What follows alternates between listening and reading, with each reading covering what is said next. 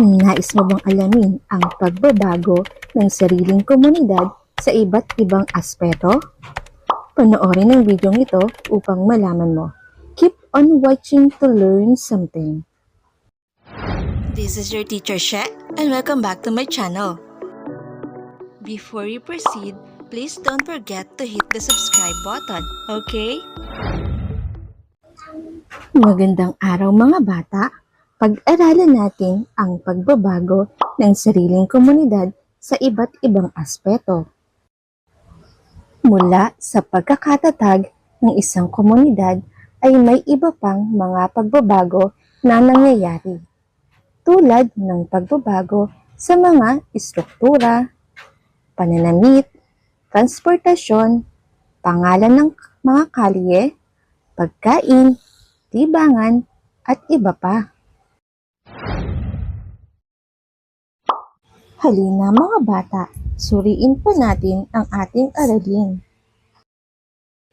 Narito ang mga halimbawa ng pagbabagong naganap sa isang komunidad. Number 1. Pagbabago sa katangiang pisikal. Ang kapaligiran ng komunidad sa ngayon ay ibang-iba sa itsura nito noon. Marami sa mga anyong lupa at anyong tubig sa kapaligiran ay nagbago. Ito ay dahil sa patuloy na pagdami ng pangangailangan ng mga mamamayan. Kasabay ng paglaki ng populasyon ay ang paglaki din ng pangangailangan ng tao sa espasyo. Bilang pagtugon, patuloy na ginagawang lugar panirahan o panghanap buhayan ang ibang mga anyong lupa at mga anyong tubig. Halimbawa nito, ang mga anyong lupa gaya ng kabundukan na pinatag at tinatayuan ng mga gusali at mga kabahayan, dating ilog na tambakan at ginawang panahanan at iba pa. Isa naman sa masamang pagbabago sa kapaligiran ay ang patuloy na pagdumi nito sanhi ng iba't ibang polusyon. Number 2. Pagbabago sa pamahalaan. Bago pa man dumating ang mga Kastila, may sarili ng kultura, tradisyon, at sistema ng pamamahala ang mga Pilipino. Ang pamahalaang ito ang gumagabay sa pang-araw-araw nilang pamumuhay. Pinamumunuan ng mga dato ang mga barangay noon at raha o laka naman ang namumuno sa higit na malaking barangay. Ngayon, kapitan ang tawag sa namumuno sa isang barangay. Alkalde o mayor naman ang tawag sa namumuno sa isang bayan o lungsod na binubuo ng mga barangay. Sa paglipas ng panahon, unti-unting nadagdagan ang mga namumuno gaya ng gobernador, kongresista, senador, at pangulo. Pangatlo, pagbabago sa ekonomiya.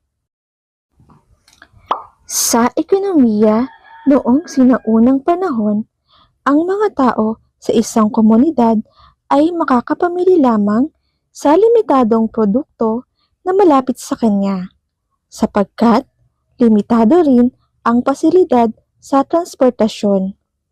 Ang halimbawang ipinapakita ng mga mangyan, tasaday, at katulad na tribo ang makakapagpatunay nito.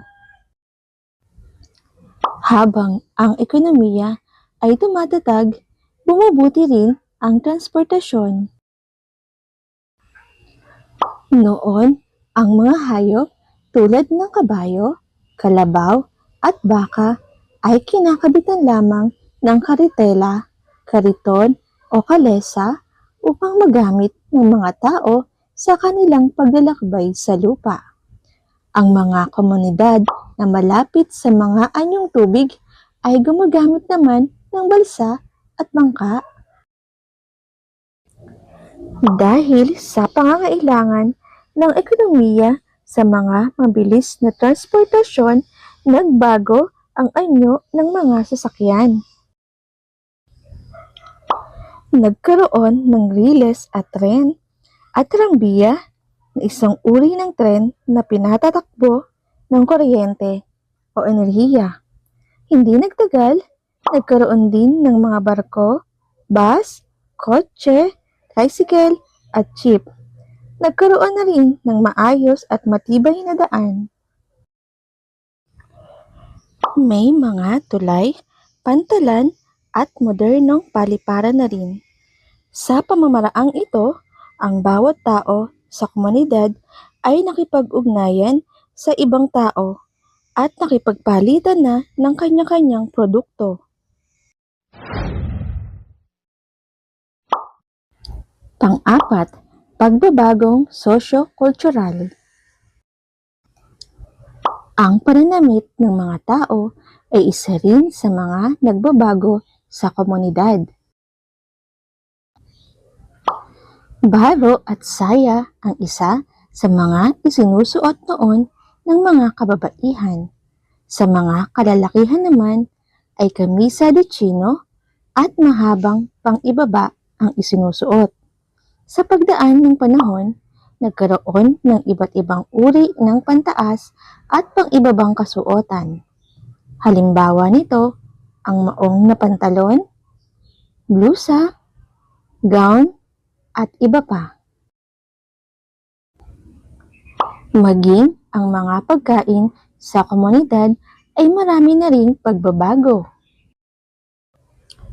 Sa ngayon, napakarami na ng mga putahe ng pagkain sa mga komunidad. Sa lungsod, pangkaraniwan na ang mga pagkaing banyaga. Kabilang dito ang hamburger, pizza, spaghetti, siomai, siopaw, kimchi, at iba pa. Nagbago rin ang libangan ng mga tao sa komunidad.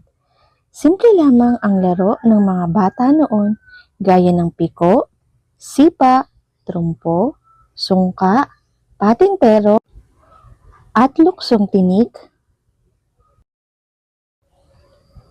Sa ngayon, napakarami ng maaaring paglibangan sa komunidad.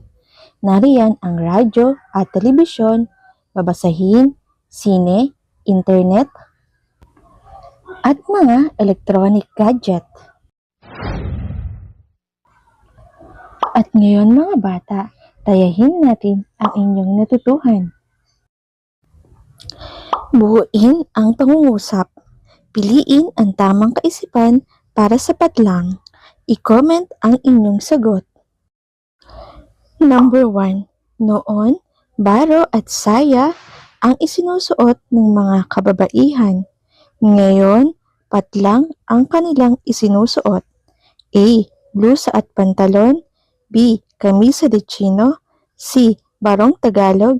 D. Kimono at saya. Number 2. Noon, karaniwang nilalaro ang sipa bilang libangan ng mga bata. Ngayon, patlang ang kanilang libangan.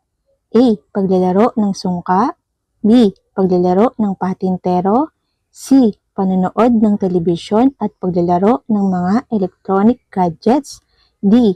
Paglalaro ng luksong tinik. Number 3. Noon, datu ang namumuno sa isang barangay. Ngayon, pinamumunuan ito ng isang patlang. A. Raha. B. Kapitan. C. Pangulo. D. Kagawad. Noon, mga putaheng Pilipino ang karaniwang niluluto. Ngayon, patlang. A. Maaanghang na putahe ang kanilang niluluto. B. Wala silang alam na putaheng banyaga. C. Marami na silang alam na putaheng banyaga. D. Mga kakanin lamang ang kanilang niluluto. Noon, Ang mga tao sa isang komunidad ay makakapamili lamang sa limitadong produkto na malapit sa kanila dahil sa limitadong transportasyon. Ngayon ay padlang. A. Mabagal pa rin ang transportasyon.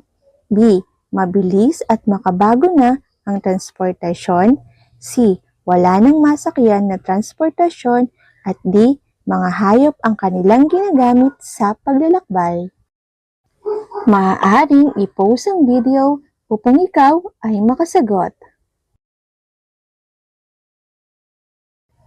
Narito ang mga tamang kasagutan.